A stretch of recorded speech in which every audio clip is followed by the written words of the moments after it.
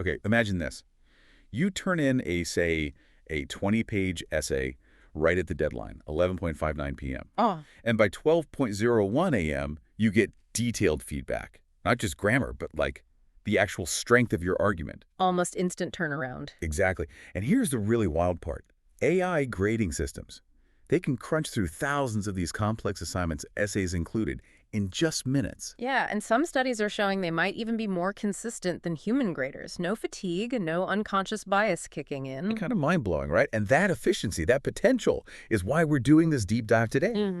Our mission is to really unpack the sources, detailing how AI is reshaping learning. We want to look at how it personalizes things, how it scales, but also, the big ethical hurdles. It's a fascinating area. We're going to break down the four key things that make a virtual AI tutor actually smart. And we'll get into this one major ethical problem, algorithmic bias, that could honestly derail the whole promise of fairness in education. And it's probably closer than you think. You might already be using some of this tech without realizing it. Stick with us. We're cutting right to what you need to know. Absolutely. The material we've looked at shows this isn't just, fancy flashcards anymore. AI is fundamentally changing the structure of how learning happens. It's about making it more dynamic, tailored to you, the learner, and hopefully more effective too. Yeah, and maybe more accessible. So let's start with the problem AI is trying to fix.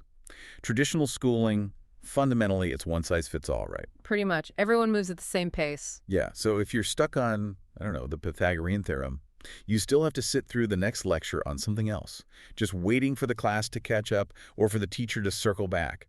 It's like a traffic jam in your learning path. That's a good analogy. And the AI alternative is what's called a personalized learning system, or PLS. Think of platforms like Dreambox or Newton. What they do is they gather just tons of real-time data about how you're doing.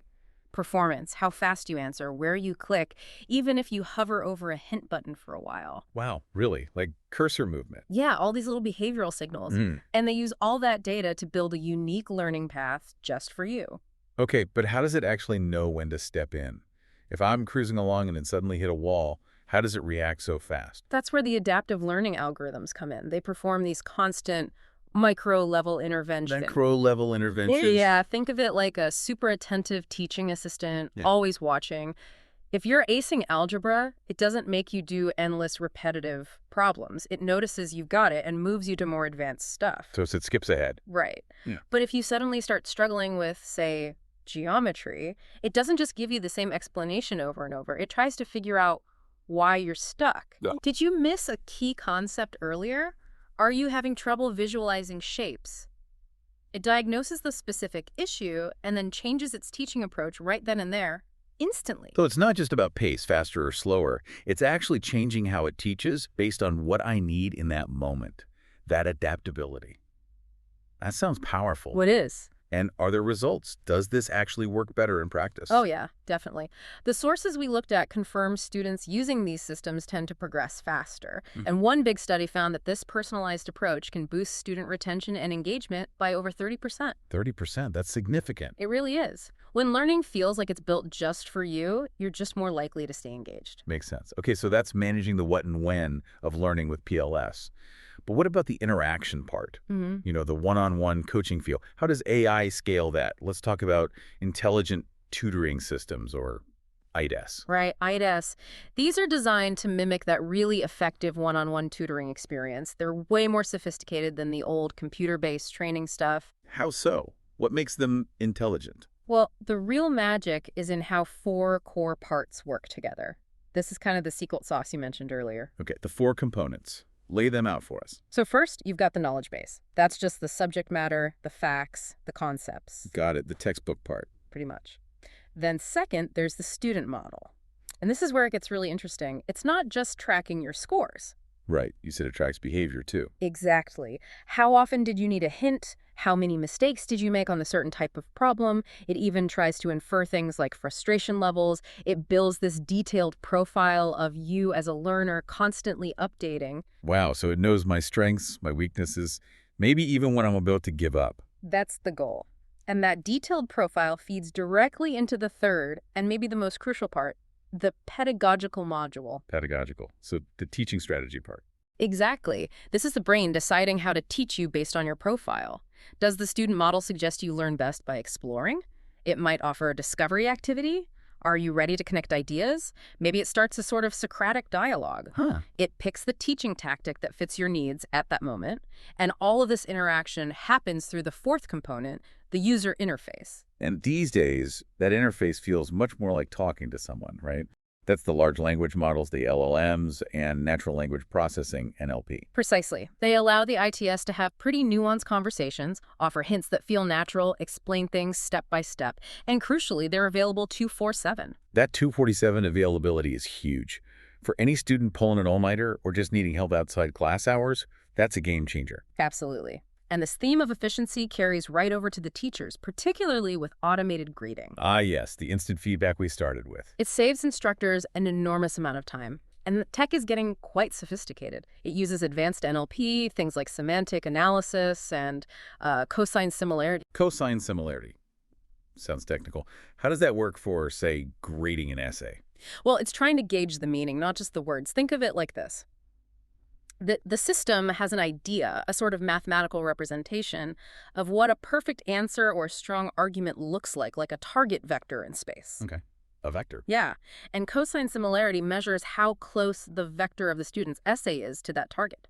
It's measuring the conceptual alignment, the similarity in meaning and argument structure, not just if you use the right keywords. So it's trying to understand the ideas. Mm-hmm. But can it really, what about genuine creativity? Or really unique argument that doesn't perfectly match the ideal vector? Does it penalize thinking outside the box? That is absolutely the critical question, and where human judgment is still irreplaceable. An AI might struggle with true novelty or highly nuanced, unconventional arguments. It's good at recognizing patterns it's been trained on. So it's efficient, but maybe not perfect for grading, like a philosophy paper? Potentially, yes. But the massive advantage is speed and consistency for a large volume of work. It can process thousands of assignments, give personalized feedback on common issues, and free up the human educator to focus on those deeper, more complex aspects of teaching and feedback. They become less of a grader, more of a mentor. Right. Less time on repetitive marking, more time on actual teaching. Okay. Now, this is where things get really interesting, I think. Let's talk about the money pouring into this and the huge ethical shadow hanging over it all.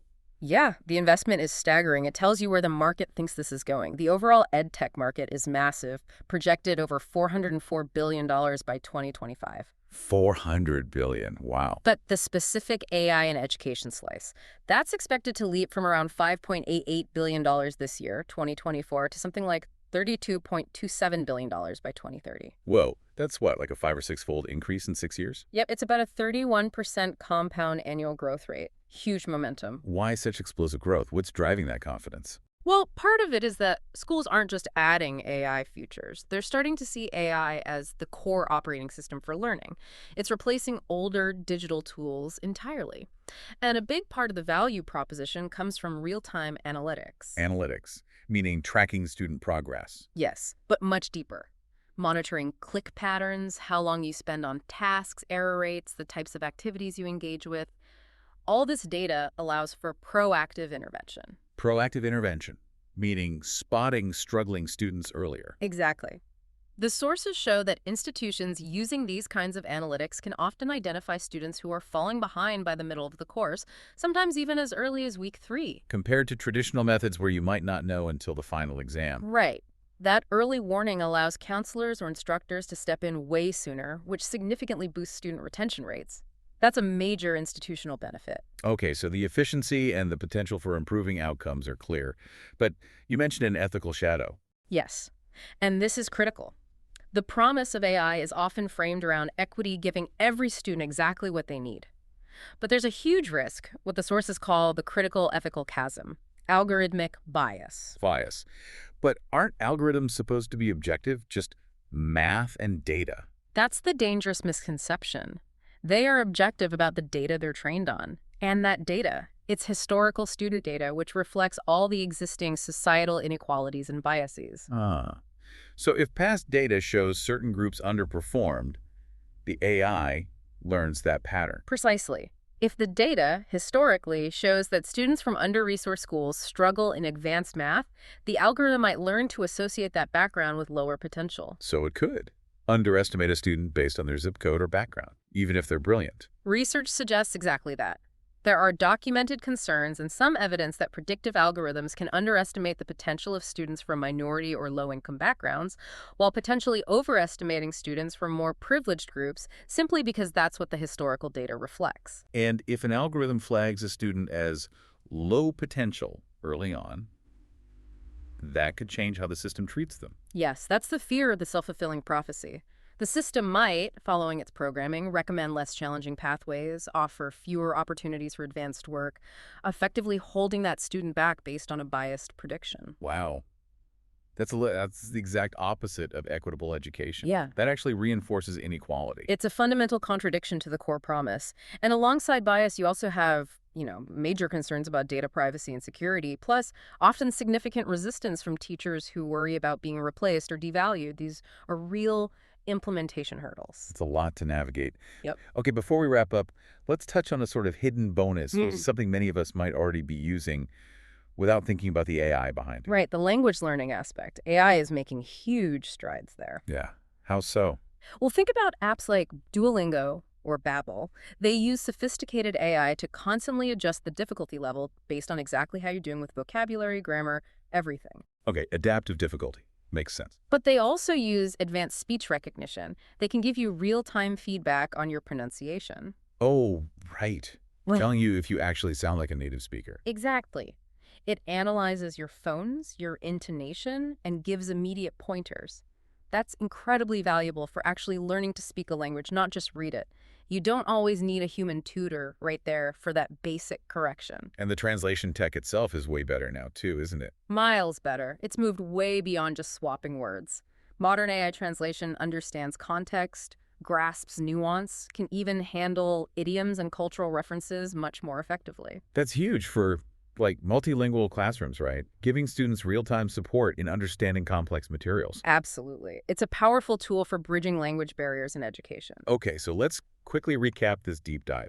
We've seen AI driving incredible personalization in learning through PLS and those micro-interventions. Right, tailoring the path and the method. Then we saw how it scales things like tutoring with eye-tests and tackles the grading bottleneck, all fueled by massive investment. Huge efficiency gains, freeing up human educators. The whole project, the whole promise, really hinges on addressing that massive ethical challenge of algorithmic bias. It's the core threat to making this equitable. If we don't get that right, we risk making things worse, not better. So, thinking about the future classroom, Yeah. what's the takeaway?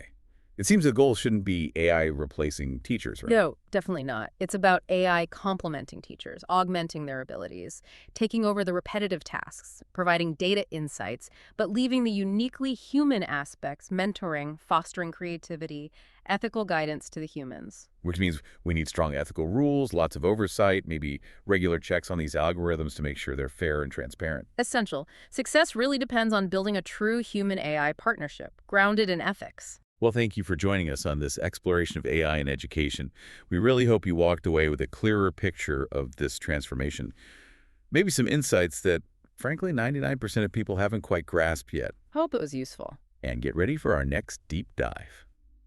We're shifting gears dramatically, moving out of the classroom and into the operating room. Ooh, interesting. We're digging into the sources on how machine learning is revolutionizing surgery.